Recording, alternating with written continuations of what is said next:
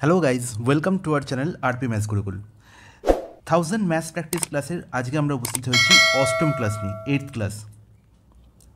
Okay guys, তো আজকের ক্লাসের প্রথম প্রশ্ন, ডাইরেক্ট প্রশ্নে চলে আসবো। দেখো প্রশ্নে চলে এসেছে কি না, 1/56 প্লাস 1/72 প্লাস 1/90 এর মান কত হবে। তোমরা কী করবে না, এদের এলসিএম নির্ণয় করবে, দিয়ে যোগ করবে। কিন্তু আমি বলবো না, দেখা দেখেই প্রশ্নের আনসার আমি নির্ণয় করতে চাই। কী করবো? দেখো প্রশ্নের আনসার নির্ণয় করার আগে তোমার জানতে হবে যে প্রশ্নের মধ্যে কী রহস্য লুকিয়ে আছে। ঠিক আছে, দেখো এই প্রশ্নটির আনসার আমি দেখেই বলতে পারি, এর আনসার হবে 3/70। কী করে? দেখো তোমরা কি দেখতে পাচ্ছ 56, এই 56কে কি লেখা যায় 7 × 8? বলবে হ্যাঁ একদম, 7 × 8 করলে তো 56 হয়। সিমিলারলি 72 একে কি লেখা যায় 8 × 9? বলবে হ্যাঁ একদম তাই। 90কে কি লেখা যায় 9 × 10? একদম শিওর, লেখা তো যাই। তাহলে এবার দেখো একটা আশ্চর্য রকম জিনিসের ঘটনা ঘটলো। দেখো 7, 8, 8, 9, 9, 10, তার মানে 56কে দুটি কন্টিনিউয়াস নাম্বার, দুটি পরপর দুটি সংখ্যার গুণফল হিসেবে প্রকাশ করা যায়।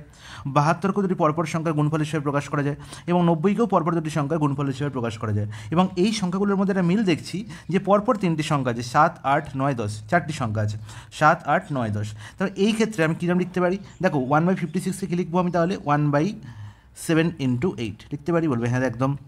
1/72কে কী লিখতে পারি 1/8 × 9? একদম। 1/90কে কী লিখতে পারি না 1/9 × 10। এবার যখন এটাকে এরকম লিখবো, আশা করি তোমরা অবাক হবে না যে 1/7 × 8 মানে 1/7 - 1/8, একদম ঠিক।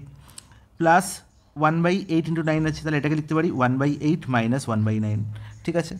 প্লাস 1/9 - 1/10।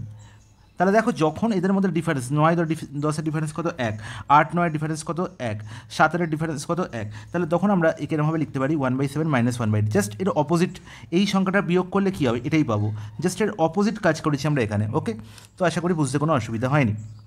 এবার দেখো -1/8 প্লাস 1/8 ক্যান্সেল আউট হয়ে যাচ্ছে, -1/9 প্লাস 1/9 ক্যান্সেল আউট হয়ে যাচ্ছে, তাহলে পড়ে থাকছে 1/7 - 1/10, 1/7 - 1/10। তাহলে 1/7 - 1/10 করলে কত হবে? 10 - 7/70, তার মানে 3/70। তাহলে তোমাদের বলেছিলাম যে প্রথমে আমি দেখি আনসার বলেছিলাম সেটা 3/70। কী করে না, দেখো এই যে প্রথম টার্মটি 1/7 × 8, এখান থেকে আমি বুঝে গেছিলাম যে আমরা 1/7 - 1/8 টাকা লিখতে পারি, এবং এই 8 ক্যান্সেল আউট হবে, এইটার সঙ্গে এইটা, এটার সঙ্গে এটা ক্যান্সেল আউট হবে, তাহলে পড়ে থাকবে শুধু 1/7 - 1/10। ব্যাস, এখান থেকেই বুঝে গেছিলাম যে আনসার তো হবে 3/70। এটা মুখোমুখি করা যায়, ঠিক আছে। তো এই যে বাকি পার্টটা যেগুলো আমরা ক্যান্সেল আউট করেছি, এই পার্টটা কোনো গুরুত্বই নেই, এটা আমরা ওরালি কী করতে পারি, এলিমিনেট করে দিতে পারি। তো যারা এই ব্যাপারটা বুঝতে পারবে যে 56, 72, 90 এদের মধ্যে চারটি সংখ্যা লুকিয়ে আছে, এরা কি ক্রমিক সংখ্যা, এবং 56কে দুটি ক্রমিক সংখ্যার গুণফল হিসেবে লেখা যায়, 72কে দুটি ক্রমিক সংখ্যার গুণফল হিসেবে লেখা যায়, এবং 90কে দুটি ক্রমিক সংখ্যার গুণফল হিসেবে লেখা যায়, তারা এই প্রশ্নটির উত্তর চুটকিতে করবে। ওকে, চলে যাই পরের প্রশ্ন। কী বলা হচ্ছে, যদি 10 মিটার দূরে অবস্থিত একটি মোবাইল টাওয়ারের চূড়ার উন্নতি কোণ 60 ডিগ্রি হয়, তাহলে টাওয়ারের উচ্চতা কত? আশা করি এই প্রশ্নের উত্তর করতে তোমাদের এখন আর বেশি সময় লাগবে না, তাই তো। তো চূড়ার উন্নতি কোণ, এই হচ্ছে আমার চূড়া, এই হচ্ছে টাওয়ারের চূড়া।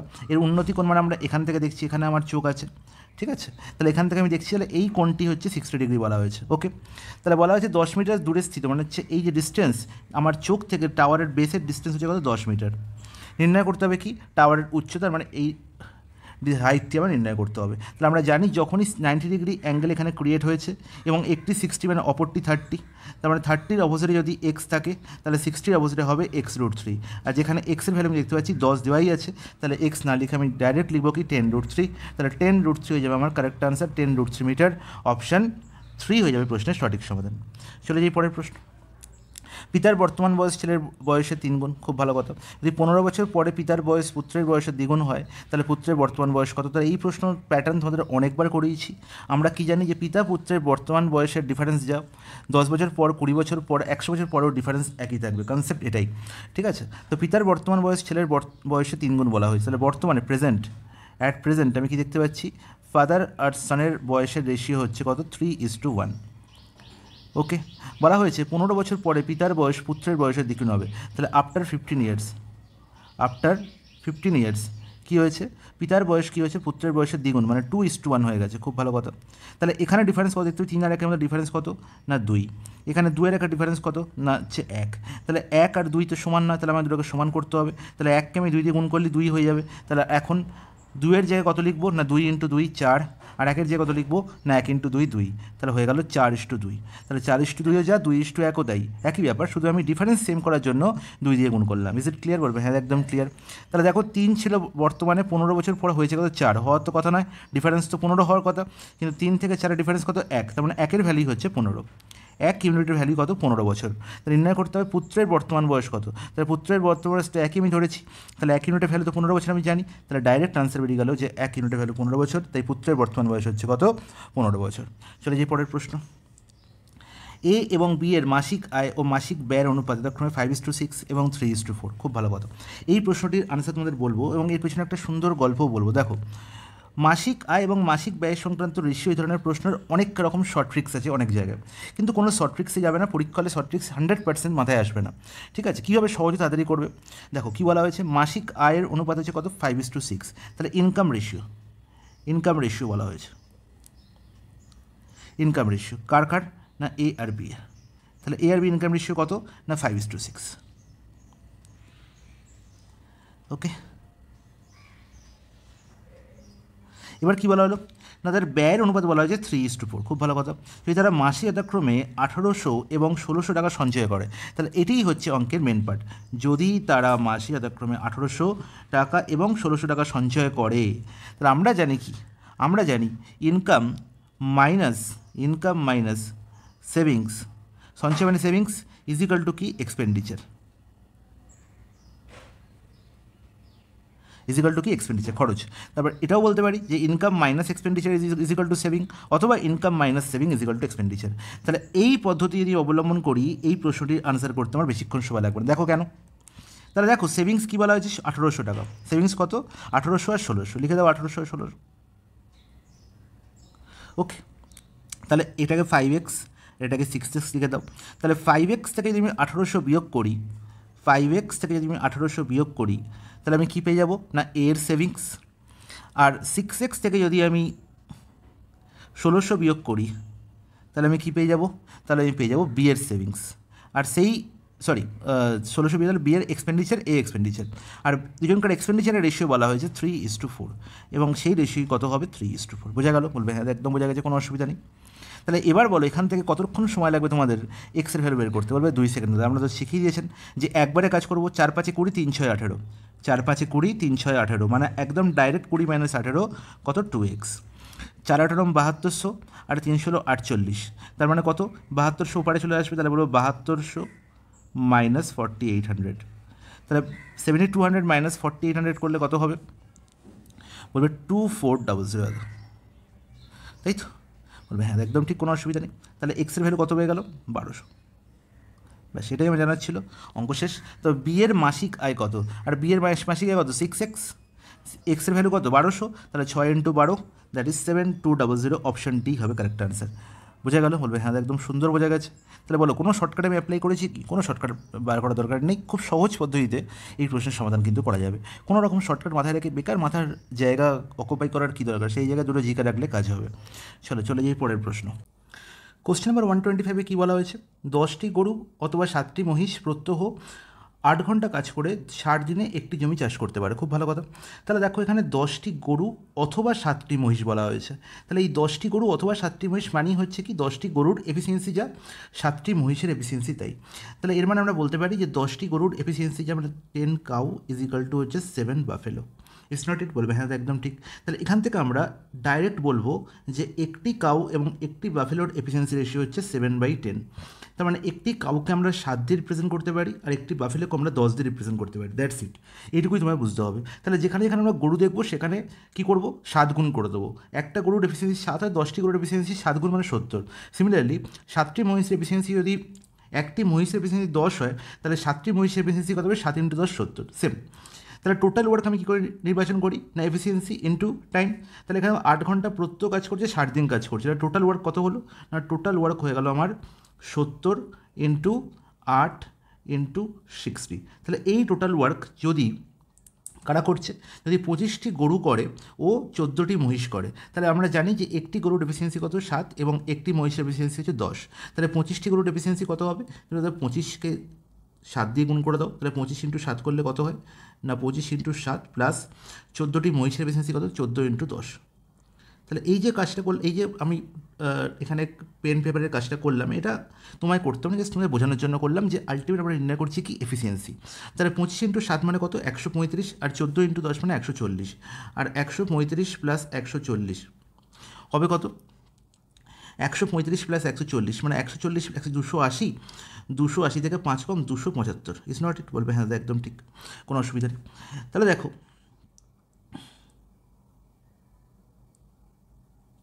সরি 175, এখানে 135 লিখেছি, 25 × 7 কত, 175।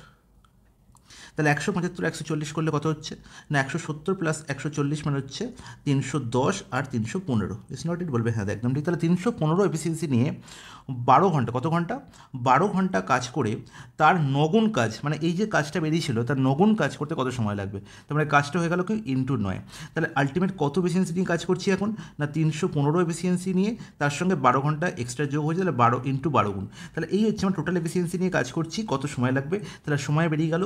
এইটুকু পোর্শনে যদি আমি কি করি না ক্যালকুলেশন করি, তাহলেই আমার সময় বেরিয়ে যাবে। তাহলে ক্যালকুলেশন করে নিই। তাহলে দেখতে পাচ্ছি দেখো 4 দিয়ে কাটাকুটি যাচ্ছে, 4 2 8, 4 3 12, 3 20 60, ওকে। 7 দিয়ে কাটাকুটি যাচ্ছে, এখানে 70 10, এখানে হচ্ছে তোমার কত, 7 4 28 45, তাহলে 9 5 45, 5 2 10, তাহলে 2 2 4 20 80, তারপরে টোটাল 80 ডেজ আমার টাইম লাগছে। অপশন ডি হবে প্রশ্নের সঠিক সমাধান। তো আশা করবো এই ধরনের প্রশ্নের সমাধান করতে আর তোমাদের বেশি সময় লাগবে না। চলো এই পরের প্রশ্ন, 126 নম্বর প্রশ্নে কী বলা হয়েছে, এ বি এবং সি তিনজন অংশীদারির কোনো ব্যবসাতে নিয়োজিত মূলধনের অনুপাত 5:6:4। আচ্ছা, তাহলে এখানে দেখো মূলধনের অনুপাত দেওয়া হয়েছে, তাহলে 5:6:4 অনুপাত তারা কী করেছে, মূলধন নিয়োগ করেছে একটি ব্যবসায়, এবং তাদের নিয়োজিত সময় অনুপাত, তারা কত কত সময়ের জন্য ইনভেস্ট করেছে না 3:4:5 অনুপাত, 3:4:5 অনুপাতে। বলেছে তাদের লাভ্যাংশ কী অনুপাতে বণ্টিত হবে নির্ণয় করো। তাহলে আমরা সবসময় জানি যে অংশীদারি কারবারের ক্ষেত্রে কী হয়, বা পার্টনারশিপ বিজনেসের মূল ফান্ডা হচ্ছে যে ইনভেস্টমেন্ট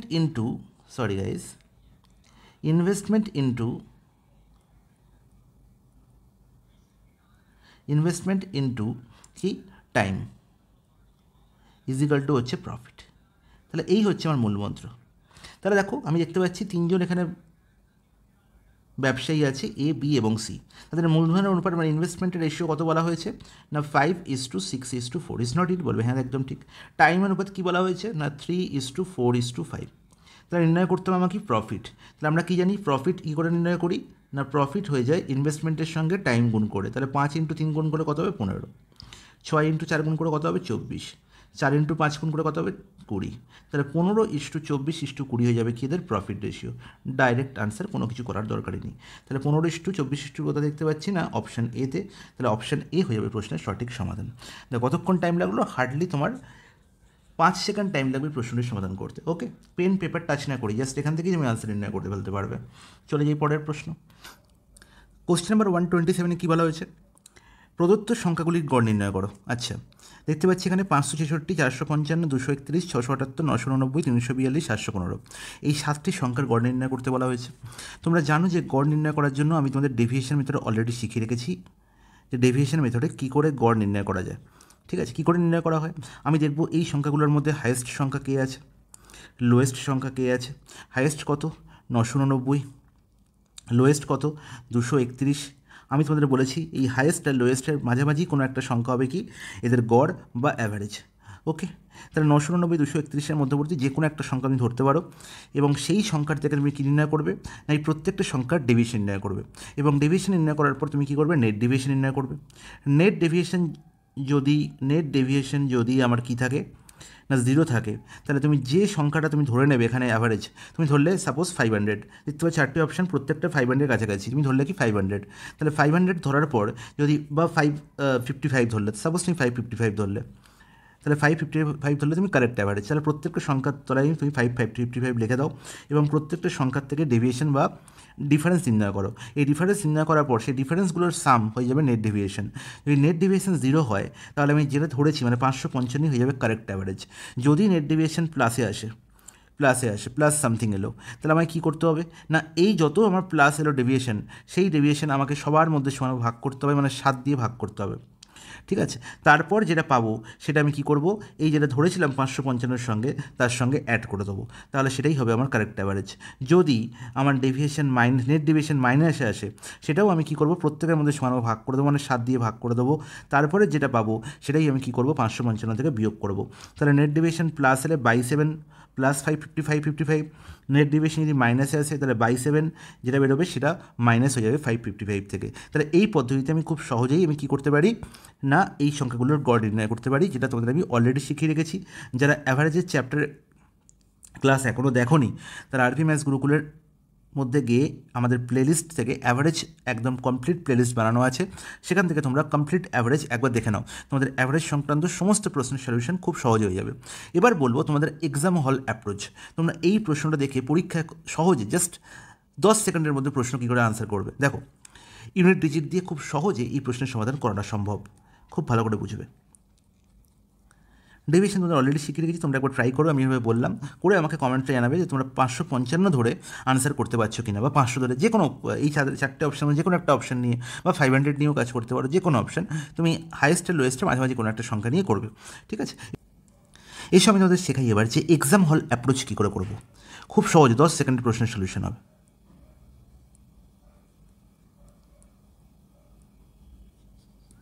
এক্সাম হল অ্যাপ্রোচ কী করবো, দেখো আমি এখানে শুধু ইউনিট ডিজিটগুলোকে দেখবো, কারণ এখানে দেখো 4টে ইউনিট ডিজিট কিন্তু আলাদা আলাদা। ঠিক আছে, 4টে এখানে ইউনিট ডিজিট কি আলাদা আলাদা, তাই যখনই আমি দেখবো যে এখানে ইউনিট ডিজিট প্রত্যেকটা আলাদা আলাদা আছে, আমি ইউনিট ডিজিট নিয়ে কাজ করব। তাহলে ইউনিট ডিজিট আমি কার ইউনিট ডিজিট নির্ণয় করব, আমি জানি যে অ্যাভারেজ ইজিক্যাল টু কী হয়, অ্যাভারেজ সমান কী হয় না, অ্যাভারেজ সমান হয় না sum of observation by number of observation, তাই তো, হ্যাঁ কি না, বলবে হ্যাঁ একদম ঠিক। তাহলে এই সাম অফ অবজারভেশন, আমি এই যে সংখ্যাগুলোর ইউনিট ডিজিটগুলোর সাম নির্ণয় না করে আমি এদের ইউনিট ডিজিটের সাম নির্ণয় করব। তাহলে ইউনিট ডিজিটের সাম নির্ণয় করলে আমি কী যে সামটি পাবো তার ইউনিট ডিজিট কী হবে, দেখো 6 + 5 11, 1 12, 8 20, 9 29, 2 31, 5 36, তাহলে আমি 6 পাবো কি ইউনিট ডিজিট। আমি এদের সাম যে পাচ্ছি, সাম অফ অবজারভেশন, ইউনিট ডিজিট কত হচ্ছে না 6 হচ্ছে। নাম্বার অফ অবজারভেশন জানি কত, 7, নাম্বার অফ অবজারভেশন কত জানি আমি 7, তাই তো। তাহলে অ্যাভারেজ যেটা হবে তাহলে তুমি আমাকে বলবে যে এই অ্যাভারেজের সঙ্গে 7 গুণ করে আমি কি পাবো না সাম অফ অবজারভেশন পাবো, আর সাম অফ অবজারভেশনের ইউনিট ডিজিট কত পেয়েছি 6। তাহলে অ্যাভারেজের ইউনিট ডিজিট কত হলে তার সঙ্গে 7 গুণ করলে আমার সামের ইউনিট ডিজিট 6 হয়, তাহলে তুমি বলবে দাদা যে অ্যাভারেজের ইউনিট যদি 8 হয় একমাত্র, তবেই 8 7 56 হয়, 8 ছাড়া আর অন্য কোনো সংখ্যার সঙ্গে 7 গুণ করলে কিন্তু কি হয় না, ইউনিট ডিজিট 6 হয় না। তাহলে একমাত্র 8ই হবে অ্যাভারেজের ইউনিট ডিজিট। এই 4টি অপশানের মধ্যে 8 ইউনিট ডিজিট কোথায় আছে, একমাত্র অপশান নাম্বার সিতে। তাই অপশান নাম্বার সি চোখ বন্ধ করে হয়ে যাবে আমার কারেক্ট আনসার। তো আশা করি প্রত্যেকে বুঝতে পেরেছো, এটি হচ্ছে তোমার এক্সাম হল অ্যাপ্রোচ। খুব সহজে 10 সেকেন্ডের প্রশ্নের সলিউশন কী করে হবে সেটা তোমাদের শেখালাম। চলে যাই পরের প্রশ্নে। একটি ক্লাসে 14 জন ছাত্রের গড় নাম্বার হলো 71, কিন্তু পরে দেখা গেল 2 জন ছাত্রের প্রকৃত নাম্বার 56 32-এর পরিবর্তে 4274 লেখা হয়েছে, প্রকৃত গড় নাম্বার কত। দেখো আবার গড়ের প্রশ্ন, তাহলে আমি দেখতে পাচ্ছি এখানে গড় আমি ধরেছিলাম 71, 14 জনের গড় ধরেছি কত 71, খুব ভালো কথা। এবার এটা কারেক্ট না রং সেটা আমাকে দেখতে হবে। আমি দেখছি যে প্রকৃত নাম্বার দুজনকার কী হয়েছে না 56 আর 32 লিখে ফেলেছি, 56 আর 32, ঠিক আছে, সরি, প্রকৃত নম্বর 56 32-এর পরিবর্তে আমি 4274 লিখে ফেলেছি। তাহলে এটা হচ্ছে আমার কি অ্যাকচুয়াল নাম্বার, ঠিক আছে। আর যেটা আমি লিখেছি রিটেন কত না 42 আর 74, তাহলে 42 আর 74-এর সাম কত, তুমি বলবে 4 আর 2 6 আর 7 আর 4 11, তাহলে 116 আমি লিখেছি, কিন্তু হওয়া উচিত ছিল কত না, হওয়া উচিত ছিল আমার হচ্ছে 88, তাই তো, হওয়া উচিত ছিল অ্যাকচুয়ালি ছিল 88, আমি লিখেছি কত না 116, মানে কী লিখেছি না বেশি লিখেছি, কতটা বেশি লিখেছি, তাহলে 116 আর 88 ডিফারেন্স কত হবে, তা তুমি বলবে দাদা 28 আমি বেশি লিখেছি। কত বেশি লিখেছি? 28 বেশি লিখেছি। তাহলে এই যে আমি 28 বেশি লিখেছি, আমি সবসময় বলেছি যে অ্যাভারেজ বা গড়ের মূল মন্ত্র হচ্ছে যেটা আমি বেশি ভেতরে নিয়ে আসবো বা যেটা আমার থেকে বেরিয়ে যাবে গ্রুপ থেকে, সেইটা কি হবে না সবার মধ্যে সমান ভাগে বন্টন হবে। এখানে নাম্বার অফ ছাত্র, নাম্বার অফ স্টুডেন্ট কিন্তু চেঞ্জ হচ্ছে না। আমার এখানে চেঞ্জ হচ্ছে কি, দুজনকার নাম্বার রিপ্লেস হচ্ছে দুজনকার নাম্বার দিয়েই।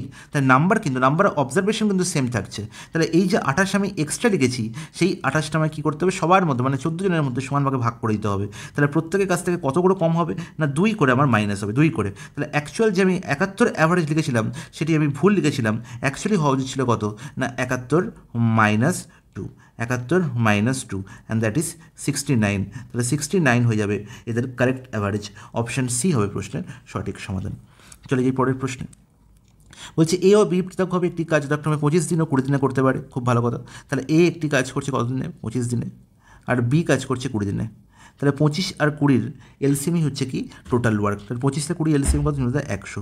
তাহলে 100 হয়ে গেল আমার টোটাল ওয়ার্ক। তাহলে এর এফিসিয়েন্সি কত হবে না 100/25 4, আর বি এর এফিসিয়েন্সি কত হলো 5। ইজ নট ইট বলবে, হ্যাঁ একদম ঠিক। তারা একত্রে কাজ শুরু করার 5 দিন পরে এ চলে গেল।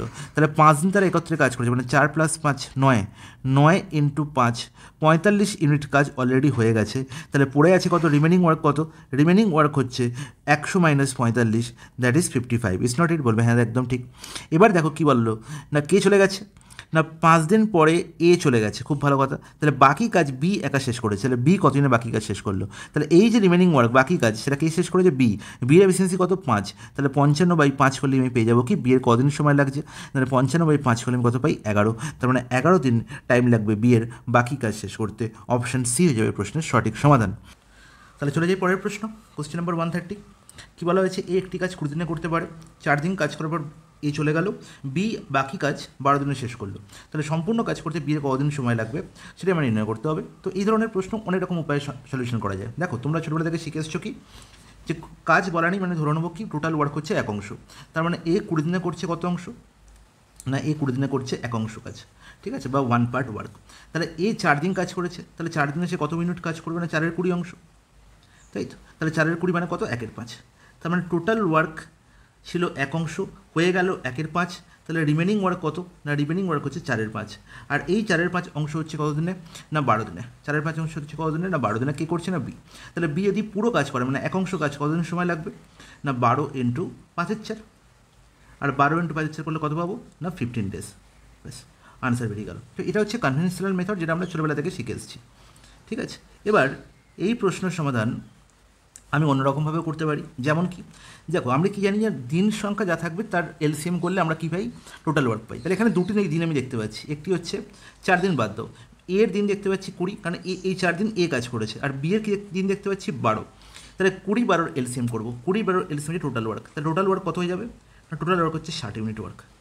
ওকে বলবে একদম ঠিক। এবার এ কী করছে না 20 দিন কাজ করছে, তাহলে 20 দিনে সে কী করছে 60 ইউনিট ওয়ার্ক। তাহলে এর এফিসিয়েন্সি কত না 3।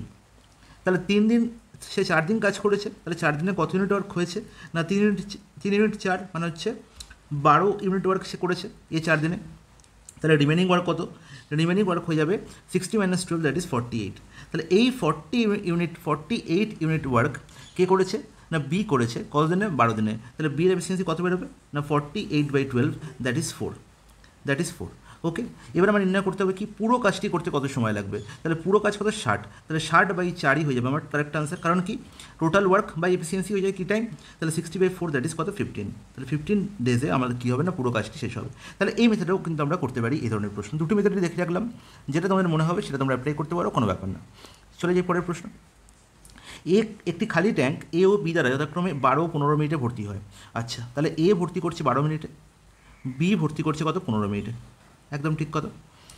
এবার দেখো সি একটি নল আছে যে খালি করে, তাহলে ভর্তি করার নলগুলোকে আমি প্লাস চিহ্ন দিলাম কারণ ভর্তি করছে অ্যাড করছে।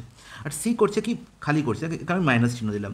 সি পুরো ট্যাঙ্কটি খালি করে এক্স মিনিটে, ঠিক আছে। এক্সের ভ্যালু আমাকে নির্ণয় করতে হবে। আর বলা হয়েছে এই 3টে নলকে যদি আমি চালু করে দিই, মানে এ আর বি চালু হয়েছে তার সঙ্গে সিও চালু হয়েছে, সি কিন্তু খালি করছে, তাহলে পুরো ট্যাঙ্কটি 10 মিনিটে ভর্তি হয়। তাহলে দেখো 12 15 আর 10 এর এলসিএম কত 60, তাহলে 60 ইউনিট হয়ে যাবে কি টোটাল ওয়ার্ক। ওকে, তাহলে এর এফিসিয়েন্সি কত হবে না 60/12 দ্যাট ইজ 5। বির এফিসিয়েন্সি কত হবে 60/15 দ্যাট ইজ 4। আর 60/10 6 হয়ে যাবে কি এ বি এবং সি এর মিলিত এফিসিয়েন্সি। দেখো এ আর বি একত্রে 1 মিনিটে কত কাজ করছে, না 9 ইউনিট ওয়ার্ক করছে। তাহলে এ আর বি 9 ইউনিট করছে, কিন্তু এ বি সি একত্রে 6 ইউনিট করছে। কী করে সম্ভব? যেহেতু সি খালি করছে, তাহলে সি কতটা খালি করেছে, না 3 খালি করেছে। তবেই তো 9 - 3 করলে 6 হয়। বলবে হ্যাঁ একদম ঠিক, কোনো অসুবিধা নেই। তাহলে সি এর এফিসিয়েন্সি কত পেয়ে গেলাম, না সি এর এফিসিয়েন্সি পেয়ে গেলাম কত, 3। তার মানে সি 3 ইউনিট খালি করে কত মিনিটে, না 1 মিনিটে। কত খালি করতে হবে, 60 ইউনিট। তাহলে 60/3 হয়ে যাবে আমার সি এর টাইম।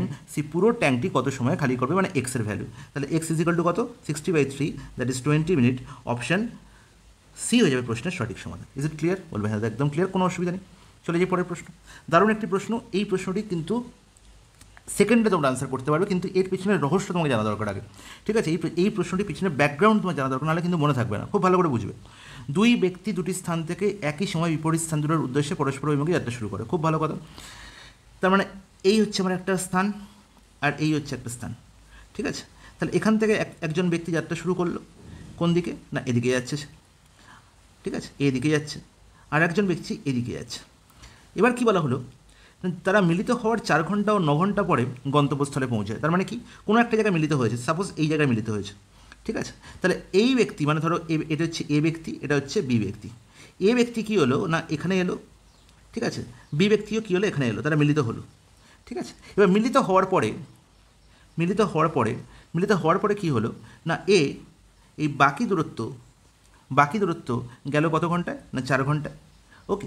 এবং বি বাকি দূরত্ব গেল কত ঘন্টায়, না 9 ঘন্টায়, ওকে? তাহলে এটি 4 ঘন্টা আর এটি 9 ঘন্টা।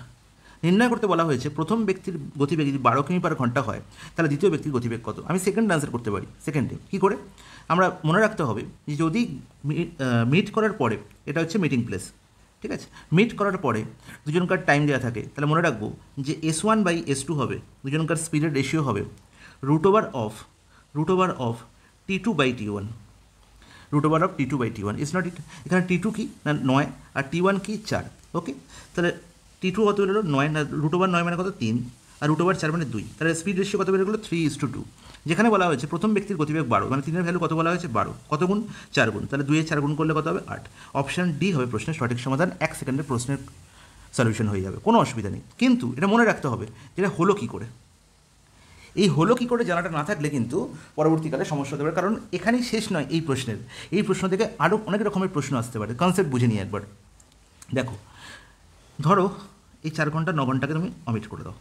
আমি বললাম এ ব্যক্তির গতিবেগ হচ্ছে S1 আর বি ব্যক্তির গতিবেগ হচ্ছে S2। Is it clear? বলবে হ্যাঁ একদম ঠিক। বললাম এরা টি সময় পরে কি হয়েছে, না এই স্থানটিতে এসে মিলিত হয়েছে। তাহলে টি সময় এও যাত্রা করেছে, টি সময় বিও যাত্রা করেছে, ওকে? এরপরে বললাম যে বাকি পথ যেতে এর সময় লেগেছে T1 আর বি এর সময় লেগেছে T2। Is not it? বলবে হ্যাঁ একদম ঠিক। এবার দেখো এই চিত্রটা খুব ভালো করে দেখবে। তুমি বলবে আমাকে যে এই যে ডিস্টেন্সটা, যেটা আমি ইয়েলো কালারে এ যে পথটা গেছে, সেম পথ এই ব্লু কালারে বি গেছে, তাই তো? তার মানে এই যে ডিস্টেন্স, এই ডিস্টেন্স দুজনের ক্ষেত্রেই সেম, ঠিক আছে? মানে মিলিত হওয়ার সময় এ যতটা পথ গেছে, মিলিত হওয়ার পরে বি ততটা পথ গেছে। এই কনসেপ্টটাই তোমাকে মনে রাখতে হবে। এবার দেখো মিলিত হওয়ার আগে এ কত পথ গেছে, আমরা জানি যে ডিস্টেন্স ইজিক্যাল টু কি, না speed into time. Is not it? বলবে হ্যাঁ একদম ঠিক, এই কনসেপ্টে।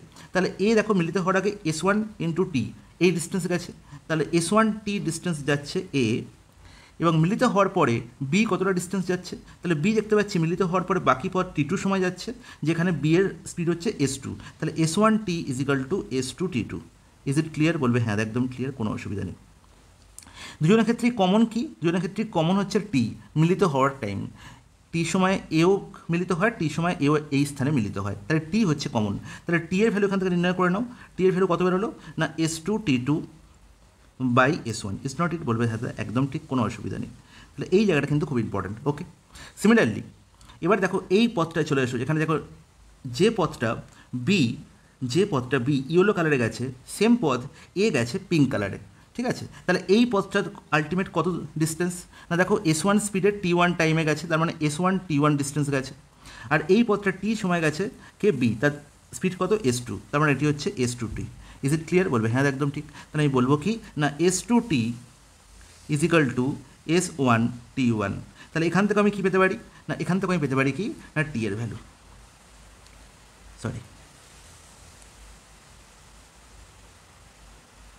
তাহলে এখান থেকে টি এর ভ্যালু কত বেরোবে? এখান থেকে টি এর ভ্যালু বেরোবে S1T1 by S2, same concept. ওকে, এবার আমরা জানি যে দুজনের ক্ষেত্রে টি টাইমটা হচ্ছে সমান, দুজনের টি সময় পর মিট করেছে, তাহলে আমি বলতে পারি যে S2T2 by S1 is equal to কী বলবো না S1T1 বাই S2। তাহলে এখান থেকে আমি কী পেতে পারি না আমার আলটিমেট S1 বাই S2 নির্ণয় করতে হবে। তাহলে দেখো S1 বাই S2 আমি কী করে পাবো? কোনাকুনি গুণ করে দাও। দেখো কোনাকুনি গুণ করলে কী পাচ্ছি না S1 এর whole square by S2 whole square. Okay, তাহলে S1 by S2 whole square পেতে পারি ইজিক্যাল টু কত হচ্ছে না দেখো আলটিমেট কত পেলাম না এখানে পাচ্ছি কত T2 আর এখানে হচ্ছে T1। তাহলে S1 by S2 whole square equal to কত হলো না T2 by T1। Is not it? বলবে হ্যাঁ একদম ঠিক। আমার পেতে হবে কি S1 S2, তাহলে S1 by S2 is equal to কত হলো না root over of T2 by T1। তাহলে আশা করি তোমরা প্রুফটা বুঝতে পারলে যে এই প্রুফটা আমরা এলো কোথা থেকে। এই প্রুফটা জানা কিন্তু খুব দরকার, এবং এই প্রুফটা জানা না থাকলে, ঠিক আছে, এই প্রুফটা জানা না থাকলে কিন্তু পরবর্তীকালে এই প্রশ্ন থেকে আরও যে সমস্ত প্রশ্ন অ্যাড হতে পারে সেগুলো কিন্তু করতে খুব অসুবিধা হবে। তাহলে মেন কনসেপ্ট হচ্ছে পিঙ্ক কালারের ডিস্টেন্স ইয়েলো কালারের ডিস্টেন্সের সঙ্গে সমান, এখানে ইয়েলো কালারের ডিস্টেন্স এখানে ব্লু কালারের ডিস্টেন্সের সঙ্গে সমান। এই দুটো ডিস্টেন্স যদি সমান বুঝতে পারি তাহলে এই প্রশ্নের সমাধান করতে আমার বেশিক্ষণ সময় লাগবে না। ওকে, চলে যাই আর একটা প্রশ্ন। এই ধরনের প্রশ্নের উপরই নেক্সট কনসেপ্ট কী হতে পারে? বলা যে দুই ব্যক্তি দুটি স্থান থেকে একই সময়ে বিপরীত স্থান দুটির উদ্দেশ্যে পরস্পর অভিমুখে যাত্রা শুরু করে, সেম কনসেপ্ট। ঠিক আছে, তার মানে কি সেই একই ছবি এঁকে ফেলি।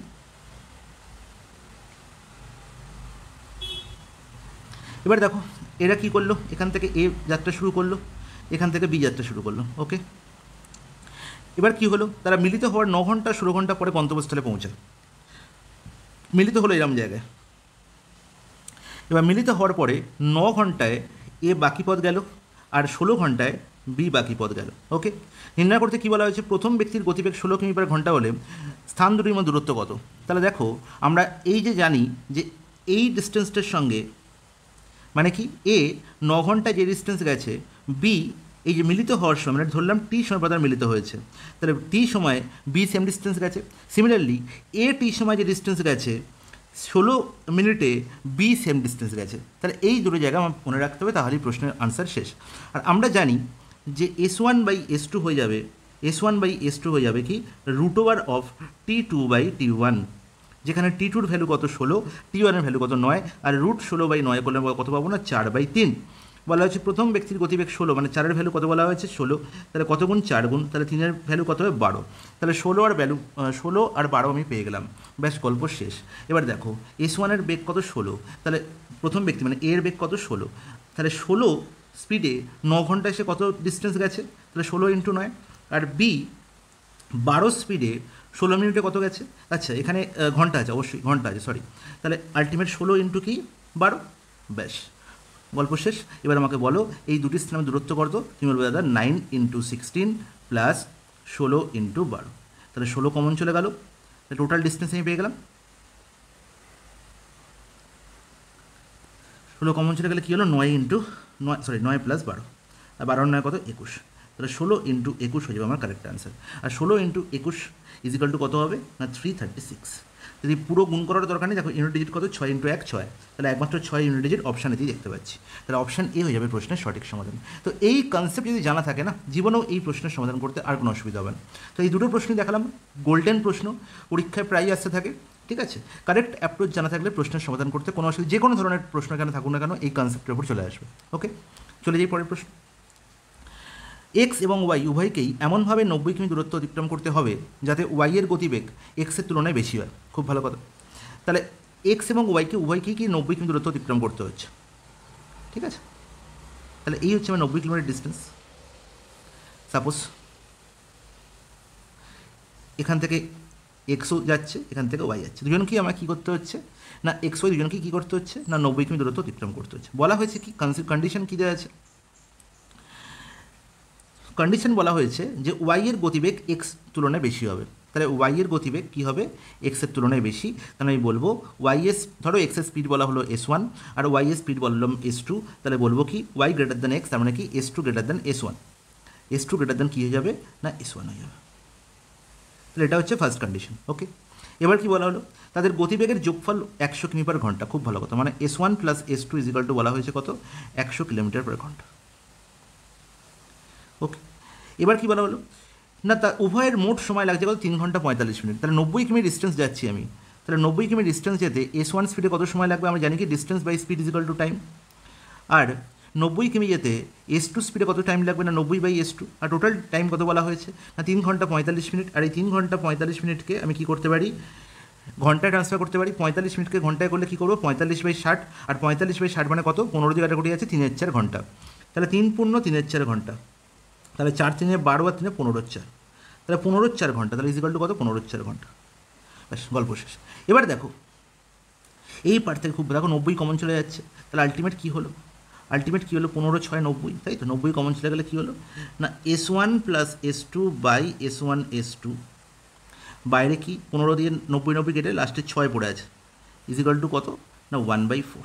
আর এই 6 এপারে গেলে আমি কী লিখতে পারি, না 1/24, 1/20। আশা করি প্রত্যেকে বুঝতে পেরেছো, কোনো অসুবিধা নেই।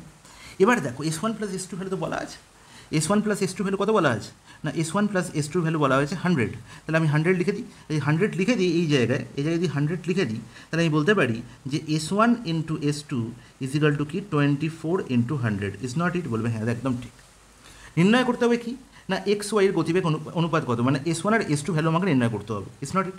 এবার এখান থেকে তোমরা দেখতে পাচ্ছ দ্বিঘাত সমীকরণ করে XY ধরে আমরা আনসার নির্ণয় করতে পারি, কিন্তু করবো না। আমি কি করব, না 24 আর 100 এর মধ্যে প্রাইম ফ্যাক্টর করবো। 24কে আমরা কি লিখতে পারি, 3 ইন্টু 8 বা 3 ইন্টু 2 এর কিউব। ইজ নট ইট। আর 100কে আমরা লিখতে পারছি, 100কে আমরা লিখতে পারছি 5 স্কোয়ার ইন্টু কত, 2 স্কোয়ার, 5 স্কোয়ার ইন্টু 2 স্কোয়ার, ঠিক আছে। 5 স্কোয়ার ইন্টু 2 স্কোয়ার, তাহলে 25 ইন্টু 4। এবার দেখো এর মধ্যে থেকে এমন দুটো সংখ্যা বার করতে হবে যারা S1 S2 ভ্যালু হবে এবং এদের যোগফল হবে 100। আমাকে এই জায়গাটায় মাথা খাটাতে হবে যে S1 আর S2 যোগফল আমাকে 100। তাহলে S1 S2 ভ্যালু এখানে অনেক কিছু হতে পারে, এদের গুণফল 24 ইন্টু 100 বা 2400, কিন্তু এদের যোগফল আমাকে 100 হতে হবে। এবং একটা এরকম সংখ্যা নির্ণয় করতে গেলে আমাকে 5-এর সাহায্য নিতে হবে, তার সঙ্গে একটা ইভেন নাম্বারের সাহায্য নিতে হবে। তাহলে আমি দেখো এখান থেকে 5 একটা বের করে নিই, এখান থেকে 5 একটা বের করে নিই, তার সঙ্গে 3 গুণ করি, তাহলে 15 হয়ে যাবে, ঠিক আছে। তাহলে 15কে আমার কাজে লাগিয়ে লাভ নেই, আমি 5-এর সঙ্গে 2কে কাজে লাগাই। তাহলে দেখো এখানে 2 এর কিউব আছে, তাহলে 2 এর কিউব করলে কত হয়, 8। তাহলে 5 ইন্টু 8 করলে কত হলো, না 40। আর দেখো 2 এর স্কোয়ার পড়ে আছে, একটা 5 পড়ে আছে, মানে 5 ইন্টু 4 20, আর একটা 3 পড়ে আছে, করলে কত 60। তাহলে দেখো 40 আর 60 এই দুটো সংখ্যাই হচ্ছে সেই দুটো সংখ্যা, যোগফল হচ্ছে কত, 100। আর এমন কোনো সংখ্যার মধ্যে থেকে পাওয়া যাবে না যে যোগফল 100 হবে, ঠিক আছে। একমাত্র এই দুটো অপশানই হতে পারে, ঠিক আছে। তার মানে বুঝে গেলাম যে S1 S2 ভ্যালু কী হবে, 40 আর 60 হবে। কিন্তু কার বেশি কার কম আমার জানা আছে, S2 গ্রেটার দ্যান S1, তাই তো। তার মানে অবভিয়াসলি S2 ভ্যালু কত, 60, আর S1 এর ভ্যালু কত, 40। তার নির্ণয় করতে হবে কি, না XY গতিবেগের রেশিও মানে S1 S2 মানে 40:60, আর দ্যাট মিনস 2:3। অপশন এ হয়ে যাবে প্রশ্নের সঠিক অনুপাত। বুঝে গেল? নেক্সট প্রশ্নে চলে যাই।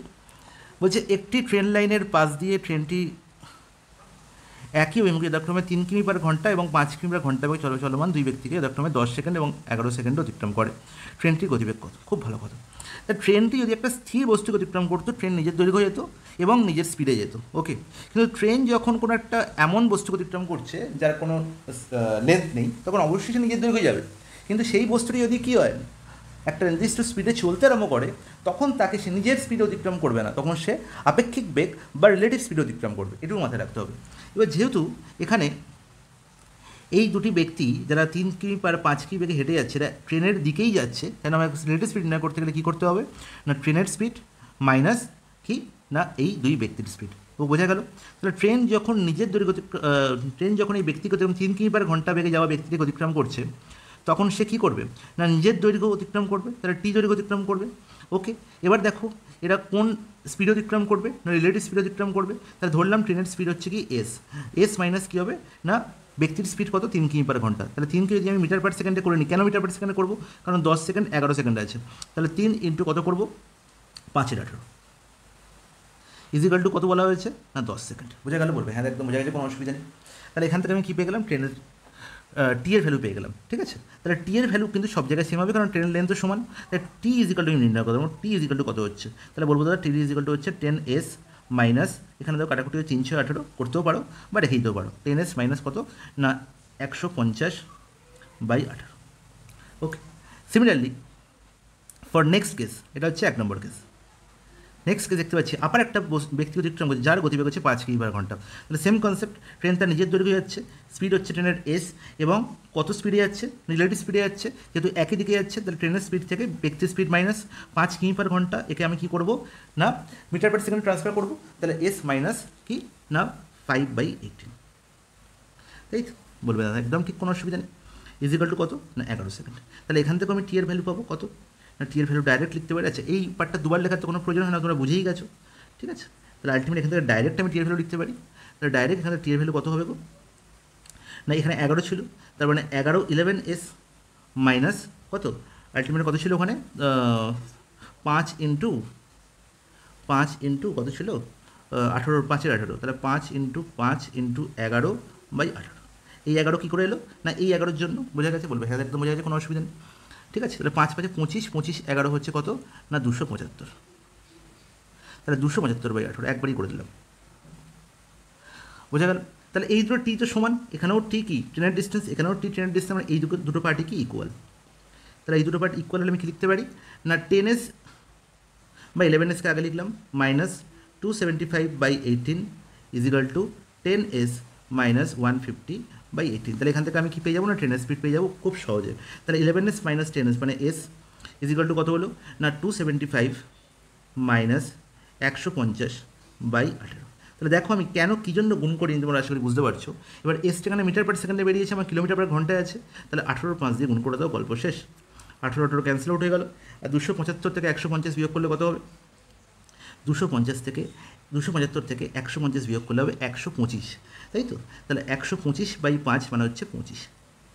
তাহলে আলটিমেট দেখো 25 কিলোমিটার/ঘন্টা, অপশান সি হবে প্রশ্নের সঠিক সমাধান। তো আশা করি প্রত্যেকে বুঝতে পেরেছো। চলে যাই পরের প্রশ্নে। নম্বর 136-এ কী বলা হয়েছে, একটি নৌকা স্রোতের অনুকূলে 45 কিমি গিয়ে প্রতিকূলে 15 কিমি ফিরে আসতে 6 ঘন্টা টাইম নিচ্ছে। খুব ভালো কথা।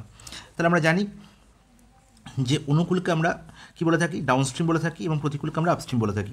তাহলে 45 কিমি যাচ্ছে স্রোতের অনুকূলে মানে ডাউনস্ট্রিমে, ঠিক আছে, মানে ডি দিয়ে প্রকাশ করলাম। তাহলে 45 ডি হচ্ছে কি না অনুকূলে যাওয়ার জন্য বা ডাউনস্ট্রিমে যাওয়ার জন্য টাইম, প্লাস 15 কিমি যাচ্ছে প্রতিকূলে, কত সময় লাগছে জানি না। তাহলে প্রতিকূলের স্পিড আমি ধরলাম কি আপস্ট্রিম, ইউ দিয়ে প্রকাশ করলাম, তাহলে 15/u। তাহলে টোটাল টাইম বলা হয়েছে কত 6 ঘন্টা, তাহলে = কত 6।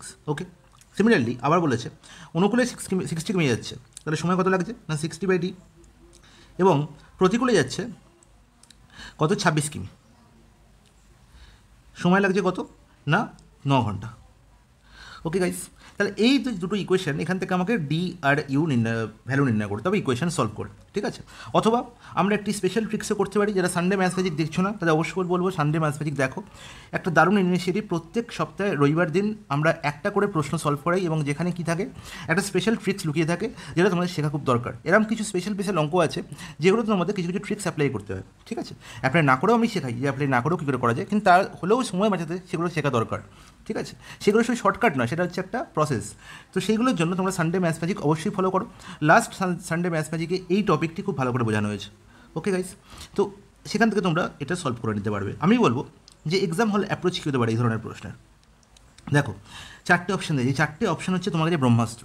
এই 4টে অপশান দিয়ে তোমরা এই প্রশ্নটাকে অনায়াসে সলভ করতে পারো, ঠিক আছে। আমায় কী বলা হয়েছে, স্থির জলে নৌকার বেগ আর স্রোতের বেগ নির্ণয় করতে হবে। মানে নৌকার বেগ আর স্রোতের বেগই দেওয়া হয়েছে। প্রথম অপশানে দেখতে পাচ্ছি নৌকার বেগ 10 কিমি/ঘন্টা, স্রোতের বেগ 5 কিমি/ঘন্টা। তাহলে ডাউন স্ট্রিমের স্পিড কী করে নির্ণয় করতে হয়, 10 + 5 15, আর আপ স্ট্রিমের স্পিড কত হবে 10 - 5 5। তাহলে দেখি এই 15 আর 5 এই ডি আর ইউ এর জায়গায় বসিয়ে 6 কি আসছে, যদি স্যাটিসফাই করে তাহলে আমি দেখবো সেকেন্ড অপশানেও সেটা আসছে কিনা। যদি দুই জায়গায় স্যাটিসফাই করে তো সেটা হবে কারেক্ট আনসার। তাহলে দেখতে পাচ্ছি 45/15 করলে আমি পাচ্ছি কত না 3, ঠিক আছে। আর 15 এখানে কত পাচ্ছি না 5, তাহলে 15/5 করলে কত পাচ্ছি আবার 3। তাহলে দেখো 3 + 3 6 হচ্ছে, তার মানে কি স্যাটিসফাই করছে। তাহলে আমাকে এখানে বসিয়ে দেখতে হবে যে এখানে বসে স্যাটিসফাই করছে কিনা। দেখো এখানে 60 কত 10 + 5 15, আর 10 - 5 কত 5, ঠিক আছে। কিন্তু দুঃখের বিষয় এই 26/5 করে কিন্তু আর 5 দিয়ে কাটাকুটি যাচ্ছে না, 5 দিয়ে কাটাকুটি যাচ্ছে না, এই 9 সেখানে আসতে পারে না। 9 হচ্ছে কেন আমার কী হতে পারে না, আচ্ছা সরি এখানে 26 নয় 25 আছে, আমি ভুলে গেছি তাই বলছি কেন হচ্ছে 25 কিমি আছে। তাহলে 25 কিমি যখন তাহলে আরও সুবিধা হয়ে গেল, ঠিক আছে। তাহলে দেখো 60/15 করে কত হচ্ছে না 60/15 করে এখানেও পাচ্ছি আমি 4, আর 5/25, 25/5 করে কত হচ্ছে 5, তাহলে 4+5 যোগ করে কি 9 হচ্ছে, আর এখানে 3+3 যোগ করেও 6 হচ্ছে, তার মানে দুই জায়গায় স্যাটিসফাই করছে, তার মানে অপশন এই হয়ে যাবে প্রশ্নের সঠিক আনসার। কোনো কিছু করারই দরকার হলো না, ঠিক আছে, জাস্ট এই অ্যাপ্রোচ ফলো করেই তোমরা এই প্রশ্নের আনসার করতে পারো। কিন্তু বলবো তোমাদের, তাও বলবো যে সঠিক অ্যাপ্রোচ অনেক সময় কী হয় না, ডি আর ইউ এমন ফিক্স করা থাকে যেখানে এরকম আনসার আসে না, পয়েন্টে ফ্র্যাকশন আনসার আসে। তার জন্যই বলবো যে সানডে ম্যাথমেটিক্স থেকে তোমরা অ্যাকচুয়াল কীভাবে নির্ণয় করবো এই ধরনের প্রশ্ন সলিউশন সেটা একবার দেখে নাও, ঠিক আছে। চলে যাই পরের প্রশ্ন। 137 কী বলা হয়েছে, 15% বৃদ্ধির ফলে একটি সংখ্যার বৃদ্ধি হয় 60, প্রকৃত সংখ্যাটি কত? আচ্ছা, 15% বৃদ্ধি হয়েছে, ঠিক আছে, এবং ফলে সংখ্যাটির বৃদ্ধি হয়েছে 60, কিন্তু এখানে কিন্তু দুটি ভাষা কিন্তু খুব ভালো করে মনে রাখবে, যে বৃদ্ধি হয়েছে 60 আর বৃদ্ধি হয়েছে 60, ঠিক আছে। হয়েছে মানে কি, 15% বৃদ্ধি হয়েছে মানে আলটিমেট 115%-এর ভ্যালু তখন হবে কত, 60। যেহেতু এখানে বৃদ্ধির ফলে বৃদ্ধি হয়েছে 60, তার মানে ডাইরেক্ট আমি বলতে পারবো যে 15% যেটুকু বৃদ্ধি হয়েছে তার ভ্যালুই 60, মানে 15%-এর ভ্যালু বলা হয়েছে কত, 60। নির্ণয় করতে হবে প্রকৃতির সংখ্যাটি মানে 100%-এর ভ্যালু কত, ঠিক আছে। 15কে 4 গুণ করলে কত হয়, 60 হয়, তাহলে 100কে 4 গুণ করলে কত হবে, 400। আশা করি প্রত্যেকে বুঝতে পেরেছো, এই ধরনের প্রশ্নের সমাধান চুটকিতে হয়ে যাবে। এখন চলে যাই পরের প্রশ্নে। কোশ্চেন নম্বর 138 কী বলা হয়েছে, একটি শহরে লোকসংখ্যা পরপর 3 বছর যথাক্রমে 2%, 4% এবং 6% কমে গেলে প্রাথমিক লোকসংখ্যা 1,25,000 হলে 3 বছর পর লোকসংখ্যা কত হবে? তো এই প্রশ্নের অ্যাকচুয়াল প্রসেস আমি আগেই বলেছি, এখন জাস্ট তোমাদের আমি সেকেন্ডের সলিউশন দেখাবো। প্রথম বছর 2% কী হয়েছে না, লোকসংখ্যা কমেছে, তাহলে 2%-এর ফ্র্যাকশন ভ্যালু কত, ধরো 1/50, তার মানে 50 যদি আমার লোকসংখ্যা থাকতো আগের বছর, এবছর 1 কমেছে, মানে হয়েছে কত, 49। তার মানে প্রথম বছরের লোকসংখ্যা কী হলো না, আগের বছরের তুলনায় 49/50 গুণ হলো, এটা হচ্ছে মেন কনসেপ্ট। তারপরে বছর 4% কমে গেল, তাহলে 4%-এর ফ্র্যাকশন ভ্যালু কত, 1/25, তার মানে 25-এ 1 কমছে, তার মানে কত, 24 হচ্ছে। 25-এ 1 কমলে কত হবে, 24 হবে। তাহলে পরের বছর মানে সেকেন্ড ইয়ারে গিয়ে জনসংখ্যা হলো আগের বছরের 24-এর 25 গুণ। সিমিলারলি তারপরে বছর 6% কমলো, তার মানে কি 6%-এর ফ্র্যাকশন ভ্যালু কত, তুমি বলে দাও 6/100, দ্যাট ইজ 3/50, তার মানে 50 ছিল 3 কমলো, মানে হলো কত, 47-এর 50 গুণ। মানে আলটিমেট 3 বছর পর আমার কত হলো জনসংখ্যা না, ছিল আমার 1,25,000, সেটি কী হলো, প্রথম বছর 49-এর 50 গুণ হলো, দ্বিতীয় বছর গিয়ে 24-এর 25 গুণ হলো, আর তৃতীয় বছর গিয়ে হলো 47-এর 50 গুণ। এক লাইনে আনসার শেষ। এবার দেখো কাটাকুটি করে ফেলো, দুটো শূন্য এখানে কী হলো, ক্যান্সেল আউট হয়ে গেল, ঠিক আছে। 25 দিয়ে 25 5-এ 125, তাহলে 50, আর 5 5-এ 25, 25 দুগুণে 50, তাহলে আলটিমেট পড়ে হলো 2 × 49 24 × 47, ঠিক আছে। 2 × 49 তোমরা 50 ভাবতে পারো, ঠিক আছে, প্রয়োজনের সুবিধার্থে, তাহলে 50 2 100, তার মানে এইটুকু পার্টের আমি ক্যালকুলেশন করবো, এইটুকু পার্টের 24 × 47 কত হয় দেখি, তাহলে 24 × 47, 47কে আমরা কি লিখতে পারি না 50 - 3, ওকে, তাহলে 24 × 50 করলে কত হবে 1200, আর 24 × 3 করলে কত হবে 72, তাহলে 1200 - 72 করলে কত হবে 1128, তাহলে 1128 × 100 মানে 112800 হয়ে যাবে আমার 3 বছর পর লোকসংখ্যার কাছাকাছি কোনো একটা ভ্যালু হবে, ঠিক আছে। এখানে দেখো 112800 এর কাছাকাছি আমি দেখতে পাচ্ছি 1150 এর কম হবে, ঠিক আছে। তাহলে 112 এর কাছাকাছি মানে কম হবে অবশ্যই, কারণ এখানে 49 জায়গায় 50 ধরেছি, তাই তো, তাহলে লেস দ্যান দিস হবে, লেস দ্যান দিস, ওকে। এবার দেখো আমি দেখতে পাচ্ছি এর থেকে ছোট কী আছে না, এর থেকে ছোটো আমি দেখতে পাচ্ছি 1150, এত ছোটো নয়, এ বড়ো, তার মানে ক্যান্সেল আউট হয়ে গেল, ঠিক আছে। আর কি দেখতে পাচ্ছি 105044, এটা অনেকটা ছোটো, এতটা ছোটো হবে না, ঠিক আছে। যেমন কী হবে না 1128, মানে 11 তো অবশ্যই থাকবে, এই 2800 এর কাছাকাছি কী হবে, আইদার 0553 অথবা 0544, এই দুজনের মধ্যে যে কোনো একটা আনসার হতে পারে। কিন্তু এটা আমি বিচার করবো কী করে, এও হলো না এদের জনের মধ্যে যে কোনো একটা আনসার হবে। এবার আমি কী করে করবো, এবার আমি ইউনিট ডিজিট নিয়ে কাজ করবো। দেখো আলটিমেট আমার কী ছিল, গুণফল কী ছিল না 2 × ইউনিট ডিজিট দেখছি, 2 এখানে 9, এখানে 4, এখানে 7, এদের ইউনিট ডিজিট কত হবে না, এখানে 9 2 18, 8 ছেড়ে 2, আর 2 সাথে 14 মানে 4, তার মানে ইউনিট ডিজিট কত হচ্ছে গুণফলের 4, তাহলে এই দুজনের মধ্যে ইউনিট ডিজিট 4 কোথায় আছে না অপশান ডিতে, তাহলে অপশান ডি হয়ে যাবে কারেক্ট আনসার। যদি তোমাদের সন্দেহ থাকে তোমরা আরেকবার এই গুণটা করে নেবে এবং তারপরে তোমরা বলবে যে অ্যাপ্রক্সিমেশন মেথডে এইভাবে আনসার করলে তোমাদের কতটা সুবিধা হচ্ছে, ঠিক আছে। চলে যাই পরের প্রশ্ন। 100 টাকায় 62টি লেবু বিক্রি করে এক ব্যক্তির 40% ক্ষতি হয়, 100 টাকায় কটি লেবু বিক্রি করলে তার 20% লাভ হবে, ঠিক আছে। যখন আমি দেখব যে লেবুর সংখ্যা ফ্ল্যাকচুয়েট করছে, লেবুর সংখ্যার মধ্যে ফ্ল্যাকচুয়েট হচ্ছে, তখন আমি কী করবো না লেবুর সংখ্যাকে আগে ফিক্স রেখে দেবো। আগে আমি 20% লাভ করতে গেলে 62টি লেবুকে কততে বিক্রি করতে হবে সেটাকে নির্ণয় করি, ঠিক আছে। আমি দেখতে পাচ্ছি 62টি লেবু, এটা লেবুর সংখ্যা, 100 টাকায় বিক্রি করা হয়েছে, সেলিং প্রাইস হচ্ছে 100, এবং তাতে তার 40% ক্ষতি হয়েছে, তাহলে পার্সেন্টেজে তার সেলিং প্রাইস কত হবে না 100 রুপিসে বিক্রি করা হয়েছে, 40% ক্ষতি, আর 40% ক্ষতিকে যদি আমি সেলিং প্রাইস পার্সেন্টেজ নির্ণয় করতে চাই তাহলে বলবো 60%, তাহলে 60%-এর ভ্যালু কত না রুপিস 100-র সঙ্গে সমান, 100 টাকার সঙ্গে সমান, তাহলে 100%-এর ভ্যালু এখান থেকে বের করি, তাহলে কী পেয়ে যাবো এই 62 লেবুর ক্রস প্রাইস, তাহলে কী হবে সেটা না 100/62 ইন্টু 100, বলবে হ্যাঁ একদম ঠিক, কোনো অসুবিধা নেই, ওই তো সরি 100/60, 62 কেন 100/60 ইন্টু 100, তাহলে এটি আমরা কী পেয়ে গেলাম না এই 62টি লেবুর সিপি। এবার কি বললো না 20% লাভ করতে হবে, তাহলে এই 62টি লেবুই কত দামে বিক্রি করলে 20% লাভ হবে না, তুমি বলবে দাদা কিছুই নয়, এখানে 100 ইন্টু 100/60 আছে থাক, এর সঙ্গে আমি কী করছি না এটা 100%-এর ভ্যালু, তার মানে আমাকে 20% লাভ করতে গেলে 120%-এ বিক্রি করতে হবে, তার মানে জাস্ট 120/100 করে দাও, গল্প শেষ। তাহলে এটাই হবে সেলিং প্রাইস অফ 62 কি লেবু, তাই এখান থেকে 100 কী হলো ক্যান্সেল আউট হয়ে গেল, 60 এখানে 2, তার মানে হচ্ছে 200 টাকা দিলে আমি 62টি লেবু পাবো, এবং যেখানে আমার 20% লাভ হবে। ঠিক আছে, আমার কাছে কী বললো না আমি 100 টাকায় কটি লেবু বিক্রয় করতে পারবো, তাহলে 200 টাকায় আমি 62টি লেবু বিক্রি করলে আমি 200 টাকা পাই, যেখানে 20% লাভ হচ্ছে, তাহলে যদি আমাকে 100 টাকা পেতে হয় তাহলে হাফ পাচ্ছি, তাহলে লেবুর সংখ্যাও হাফ পাবে, তাহলে 31 হয়ে যাবে আমার required number. Is it clear? বলবে হ্যাঁ জলের মতো পরিষ্কার, কোনো অসুবিধা নেই, অপশান এ হয়ে গেল প্রশ্নের সঠিক সমাধান। বোঝা গেল? চলে যাই পরের প্রশ্ন। 10টি লেবুর বিক্রয় মূল্য 13টি লেবুর ক্রয় মূল্যের সমান, আমি তোমাদের বলেছি যে কোয়ান্টিটির ওপর লাভ বা লস কী করে নির্ণয় করতে হয়, এখানে দেখো কোনো টাকা নেই, খালি কোয়ান্টিটি আছে, 10টা লেবু বিক্রি করেছে, যতগুলো লেবু বিক্রি করবে কোয়ান্টিটিতে যতগুলো লেবু বিক্রি করবে সেটাই হবে সিপি। ঠিক আছে, এটা হচ্ছে সিপি, আর যতগুলো লেবুর ক্রয় মূল্যের সঙ্গে সমান হবে, তার মানে হচ্ছে এটা হচ্ছে কি না সেলিং প্রাইস এসপি, আর এসপি মাইনাস সিপি হয় কি প্রফিট, তাহলে প্রফিট কত 3, কতই প্রফিট সিপিতে প্রফিট 3/10 ইন্টু 100, তার মানে হচ্ছে 30% আমার কী হয়ে গেছে প্রফিট হয়ে গেছে। অপশান ডি হবে প্রশ্নের সঠিক আনসার। তাহলে 10টি লেবু বিক্রি করলে 13টি লেবুর ক্রয় মূল্য সমান হয় বিক্রয় মূল্য, তার মানে কি 13টি লেবুর ক্রয় মূল্য যা সেটা পকেটে এসছে 10টি লেবু বিক্রি করাতে। বুঝে গেল? বলবে হ্যাঁ খুব সুন্দর বোঝা যায়, টাকার হিসাবে করতে হলে কীভাবে করতাম না 10টি লেবুর বিক্রয় মূল্য আমাকে নির্ণয় করতে হবে, 13টি লেবুর ক্রয় মূল্যের সমান, 13টি লেবুর ক্রয় মূল্য 13 টাকা ধরলাম, ঠিক আছে, তাহলে 10টি লেবুর ক্রয় মূল্য কত হবে 10 টাকা, আর 10 টাকা যেটা আমার ক্রয় মূল্য সেটা আলটিমেট হয়ে গেল কি বিক্রয় মূল্য 13, তার মানে 3 টাকা লাভ, 3/10 ইন্টু 100, 30% হয়ে গেল কারেক্ট আনসার। তো বোঝা গেল সবার? বলবে হ্যাঁ খুব সুন্দর বোঝা যায় কোনো। চলে যাই পরের প্রশ্নে। 141 নম্বর প্রশ্নে কী বলা হয়েছে, এক ব্যক্তি তার সঞ্চিত অর্থের 1/3 7%, 1/4 8% এবং অবশিষ্টাংশ 10% হারে জমা রাখেন। যদি তার বার্ষিক আয় 561 টাকা হয় তবে তার সঞ্চিত অর্থের পরিমাণ নির্ণয় করতে হবে। তাহলে এখানে যে ভগ্নাংশগুলো আছে না 1/3 1/4, তাহলে এই ভগ্নাংশগুলোর হরগুলোর দিকে লক্ষ্য করো।